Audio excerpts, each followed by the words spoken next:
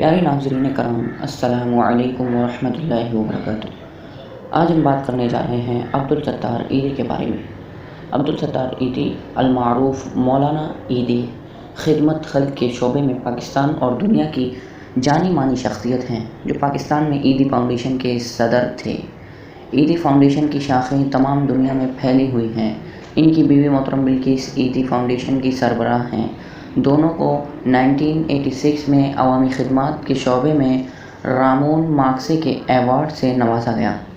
ابتدائی حالات: مولانا ایدھی 1928 میں بھارت کی ریاست گجرات کے شہر بنتوا میں پیدا ہوا۔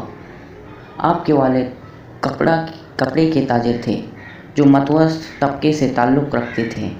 وہ پیدائشی لیڈر تھے اور شروع سے ہی اپنے دوستوں کی چھوٹے چھوٹے کام اور کھیل تماشے کرنے پر حوصلہ افزائی کرتے تھے۔ جب ان کی ماں ان کو اسکول جاتے وقت 2 پیسے دیتی تھی تو وہ ان میں سے 1 پیسہ خرچ کر لیتے تھے اور 1 پیسے کسی اور ضرورت مند کی ضرورت پوری کرنے کے لیے دیتے تھے۔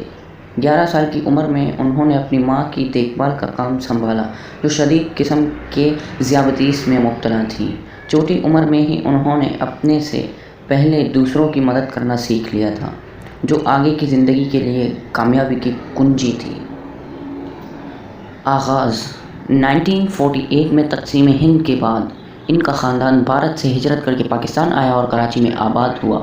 1951 میں آپ نے اپنی جمع پونجی سے ایک چھوٹی سی دکان خریدی اور اسی دکان میں آپ نے ایک ڈاکٹر کی مدد سے چھوٹی سی ڈسپنسری کھولی، جنہوں نے ان کو طبی امداد کی بنیادات سکھائیں۔ اس کے علاوہ آپ نے یہاں اپنے دوستوں کو تدریس کی طرف بھی راغب کیا۔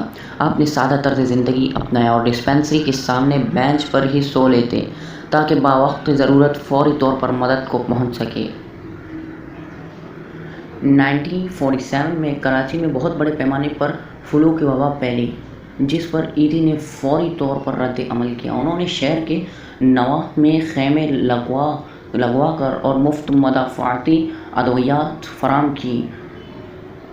مخیر حضرات نے ان کی دل کھول کر مدد کی اور ان کے کاموں کو دیکھتے ہوئے باقی پاکستان نے بھی ان کی امدادی رقم دی۔ ان کو امدادی رقم سے انہوں نے وہ پوری عمارت خرید لی جہاں ڈسپنسری تھی، اور وہاں ایک زچگی کے لیے سینٹر اور نرسوں کی تربیت کے لیے اسکول کھول لیا، اور یہی ایدھی فاؤنڈیشن کا آغاز تھا۔ ایدھی فاؤنڈیشن کی ترقی کیسے ہوئی جانتے ہیں؟ آنے والوں سالوں میں ایدھی فاؤنڈیشن پاکستان کے باقی علاقوں تک بھی پھیلتی گئی۔ فلو کی وبا کے بعد ایک کاروباری شخصیت نے ایدھی کو کافی بڑی رقم کی امداد کی، انہوں نے ایک ایمبولینس خریدی جس کو وہ خود چلاتے تھے۔ آج ایدھی فاؤنڈیشن کے پاس 600 سے زیادہ ایمبولینس ہیں، جو ملک کے طول و عرض میں پھیلی ہوئی ہیں۔ کراچی اور اندرون سندھ میں امداد کے لیے وہ خود روانہ ہوتے تھے، اور ایدھی فاؤنڈیشن کے حادثات پر رد عمل میں رفتار اور خدمات میونسپل کی خدمت سے کہیں زیادہ تیز اور بہتر ہے۔ ہسپتال اور ایمبولینس خدمات کے علاوہ ایدھی فاؤنڈیشن نے کلینک، زچگی گھر، پاگل خانے، معذوروں کے لیے گھر، بلڈ بینک، یتیم خانے، لاوارث بچوں کو گود لینے کے مراکز، پناہ گاہیں اور اسکول کھولے ہیں۔ اس کے علاوہ یہ فاؤنڈیشن نرسنگ اور گھرداری کے کورس بھی کرواتی ہے۔ ایدھی مراکز کی ایک خصوصیت یہ بھی ہے کہ ہر ایدھی مرکز کے باہر بچہ داری کا اہتمام ہے، تاکہ جو عورت بچے کی دیکھ بھال نہیں کر سکتی اپنے بچے کو یہاں چھوڑ کر جا سکے۔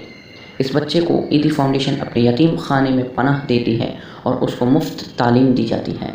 جدید میراث: آج پاکستان کے علاوہ اسلامی دنیا میں بھی ایدھی نے ایک غیر خود غرض اور محترم شخص کے طور شہرت پائی ہے۔ شہرت اور عزت کے باوجود انہوں نے اپنی سادہ زندگی کو ترک نہیں کیا۔ وہ سادہ روایتی پاکستانی لباس پہنتے تھے، جو صرف 1 یا 2 ان کی ملکیت ہیں۔ اس کے علاوہ ان کی ملکیت کھلے جوتوں کا ایک جوڑا ہے، جس کو وہ سابقہ 20 سال سے استعمال کرتے